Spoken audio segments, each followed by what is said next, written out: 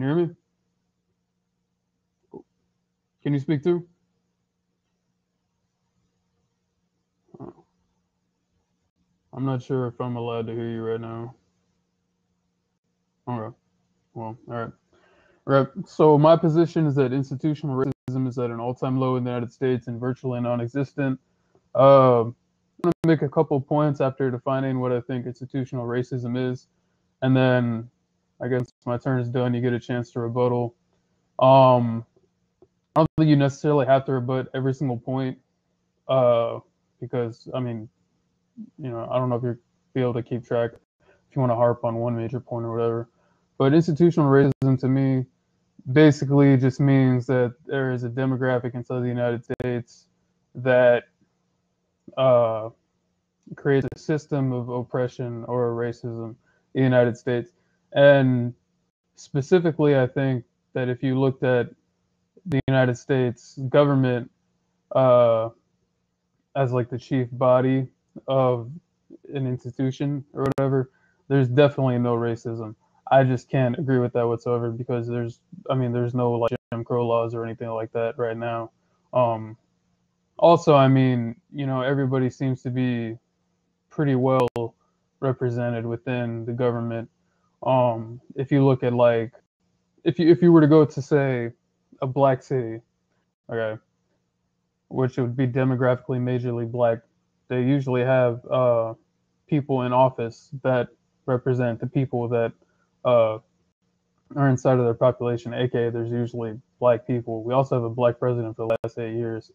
Um, so I mean, as far as they go, I think we're fine. If you were to say take a look at Middle Easterners, I guess you could make a case that there's not government racism against Middle Easterners, but I guess you could say that there might be some type of social uh, resentment or something to that effect against Middle Easterners. But at the same time, I mean, the United States, especially as a government, is very pro-Israel, which is a Middle Eastern country and a Middle Eastern race. So, I mean, on some level, I don't really think it. I don't think it boils down to race. I think it boils down to being anti certain countries and certain cultures. Uh, and I mean, it is what it is. I mean, there's a lot of different varying reasons for that, but I don't think race is one of them. Um, Another point I'd make is that a lot of people think that the KKK, for example, is like a huge institution right now inside of the United States, or even like Black Lives Matter. But hey, I've never met a KKK member, and I live in the South. I mean, I've never met one. Most people that are like pro Black Lives Matter, even All Lives Matter, or anything like that, uh, even if they're alt right or like super lefty, I've never had a problem with them where like they wouldn't speak to me because of my race, or they would tell someone to shut up because they're white or they're black or something like that. So as far as I can tell, I don't really think racism is that big of a problem. I would never say that racism doesn't exist because I don't think there's a society you can have where things like racism and murder and rape, things all like that, bad stuff doesn't exist. I definitely don't think that, that could ever happen. But to say it's to the level of an institution, I just can't agree with. Um, so if there was a way that I could identify all of the major problems, especially demographic versus demographic problems like race versus race, I think a lot of it has to deal with people looking at like uh, certain qualities of another group, and their real problems are things like financial problems or I guess class problems. I would definitely say that there's institutional classism inside the United States versus racism, and I think that gets muddled. But so far, I can't say that racism is a super big problem in the United States, um, because it seems to me like there's plenty of blacks, whites, Latinos, everything else in multiple different categories like Republican, Democrat, Libertarian, rich, poor, etc. So that's my main argument. Okay, so makes some interesting points, and I mean, it's not that like racism is that big a thing in America right now, but what's the problem right with America at the moment is it feels like there's a buildup towards racism and prejudice coming back. Like it's always existed there, but with the recent election, things have gotten a lot worse in the sense that going back to Donald Trump and his policies, what he's done is sort of tapped into the resentment of a country that's been upset with the system, upset with the economy, upset that their minds are not as good as they were maybe like pre 9/11 when we were shaken by something and felt vulnerable for the first time forever. And he's basically pinning the blame on other groups and other classes of people, in case maybe immigrants or radical Islam.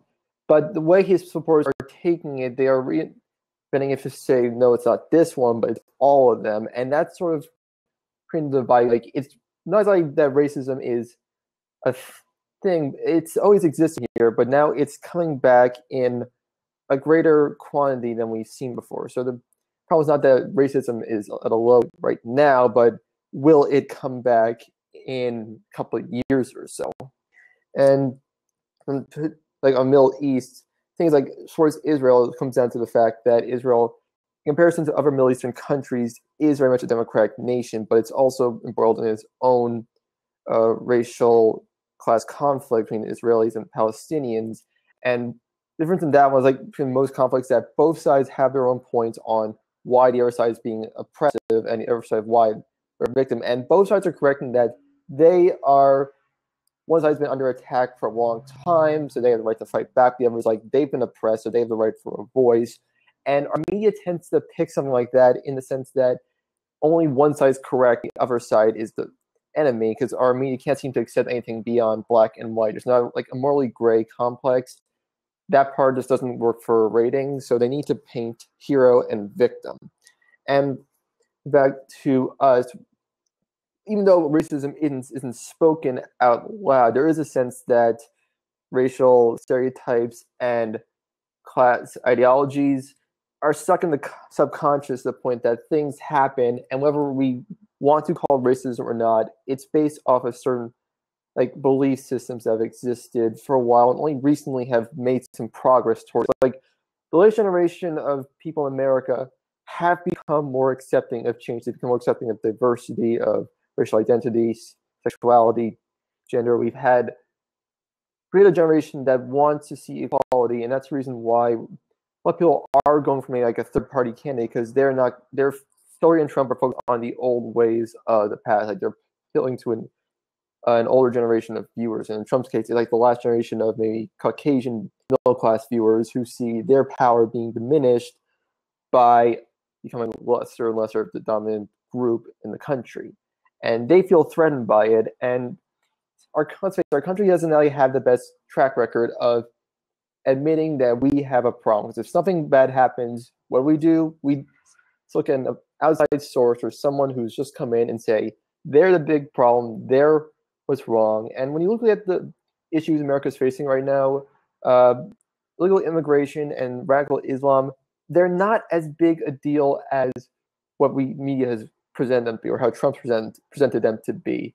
Because if they are legal immigrants, since we should focus on less on driving them out, maybe trying to integrate them if they just want to live here. And as for radical Islam, doesn't represent the entire community, but it's easier to accept outside sources as the cause of problems rather than accept that we have created our own troubled economy. And so our desire to want change is blocked by the fact that some people's version of change is to go after people rather than confront the problem itself. We want to seem like we're good, we have it under control, but instead of having it under control, it seems like making the situation worse by not attacking the source of the problem, but by attacking what seems like a possible catalyst with very little evidence.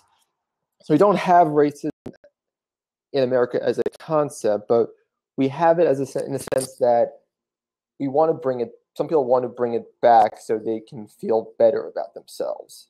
It's not non-existent, but it's becoming a greater and more noticeable threat. So that's my stance. Hopefully that makes